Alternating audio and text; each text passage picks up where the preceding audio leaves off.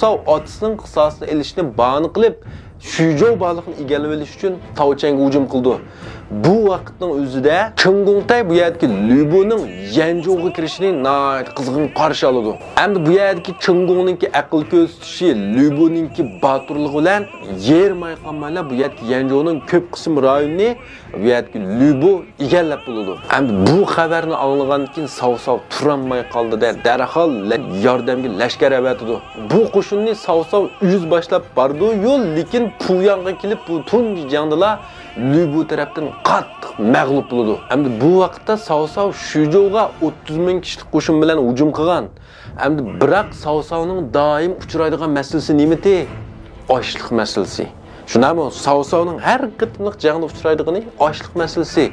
Bu zo'r qo'shinni akagan bilan buningga tushliq ochlik yo'q. Jangni tezroq oyoqlashtirsa, bu yer o'zlikdan mag'lub bo'lgan gap. Onun ustiga oqsab tayanch bazimi qo'ldan ketgan bu vaqtda.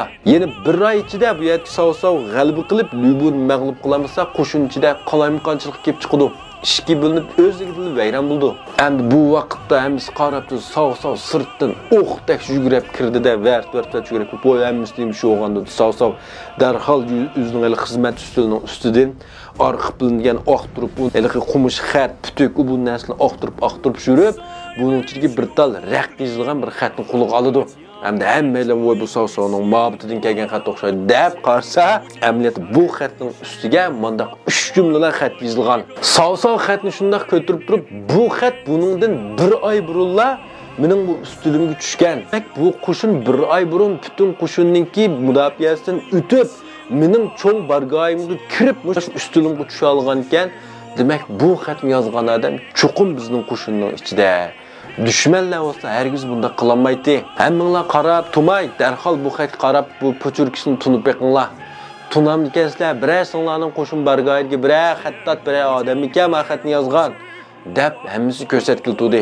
Endi bular bu yipak raqibga shunday ko'z yugurtib qarsa 3 jumla xat bo'lgan. Birinchi jumla xatda Savbegim Taochangga yurish qilgan vaqtning o'zida Lübu Yanzhouga bosib kirdi deb yozilgan. İkinci qurg'a qaytib Yanzhouga yordam qilgan vaqtning o'zida tunji jangda Puyangda qattiq mag'lub bo'ldi deb yozilgan. Qaranglar, bir oy burun yozilgan xatma bu. Hammasi ko'rib mushakkaga hayron qoldi o'g'lim Prem.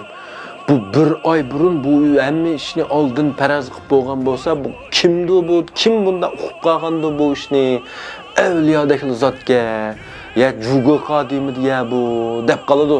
Endi 3-qurdagi xatda bo'lsa, Dungjay kentiga tuyuqsiz hujum qilsa, chuqur dahshatli mag'lub bo'ladi deb yozilgan. Dungjay Puyang balıqning sharqiga joylashgan bir kichik kent. Lübuning qo'l ostidagi cho'ng songun Gaoshun 5000 lashkarlar mo'shan saqlayotgan. Endi buning bu yerni saqlashdagi maqsadi Sav Puyang hujum qilgan vaqtning o'zida Puyang bilan bu ikkisining o'rtasida iskanca hosil qilib, Savni qismat qilib, biroq mag'lub qilmoqchi. Endi bu nuqtani bu yerga Shahudun, Lijin qatorliq bu sang'ullar ancha tushunib ketmadi. Biroq Savning qo'ldagi bu yerdagi mushavirlari Qingshu Shuyularning hammasi buni tushunib bo'ldi-da, shunlar bular og'zini ochib hayron qoldi. Endi bu yerga hujum qilsak bo'ladi, mandaq deb biz aql ko'rsatkicha bu yerga hujum qilsam ashaddiy mag'lub bo'ladi deb bo'pti, madam. Kim madamda bu qondam qilamiz deb hammasi hayron qoldi. Sav shuning bilan g'azab bachchi bilan hammang bir qarab turmay, deyishmamsa kimning xati ekan bu? Zot bu xatni yozgan odam kimga? Degandiki bular qarab bu xatni chiroyli o'maq yozilibdi bu. Odatki lashkar emasga, lashkarlarning xati bunday chiroyli emas, senga Sav rahmat deb berginingga. Uqdim bu odatki lashkar emasligini, buning odatki adam emasligini hammamiz bildik. Hozir hech kim faraz qilmagan ishni bir oy burun oldin faraz qilib bo'ldi. Demak, bu odamning qo'sug'ida endi Lübu bilan Qinggongtayni qandoq mag'lub qilishning planim chuqur bor degan so'z. Masha odamni topsak biz g'alaba qila olamiz, topamsak g'alaba qila olmaymiz degan naq vaqtning o'zida sirtdan bir odam "Posibon" deb yugurib kirdi. Bundaqda sizlar faraz qilib beqinglar. Bu xatni yozgan odam zot kimdi?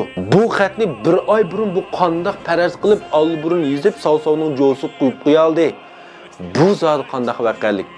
Bu mazmun qiziqadigan do'stlar, unlar saloniga kirib ushbachalik haqida zamon alqigan mushavir degan ovozliq asarni anglasanglar, bu odamning kimligini chuqur bila olasizlar. Bilmagan do'stlar, men sizga qilsanglar ayrim yo'llab bersam bo'ldi. Rahmat.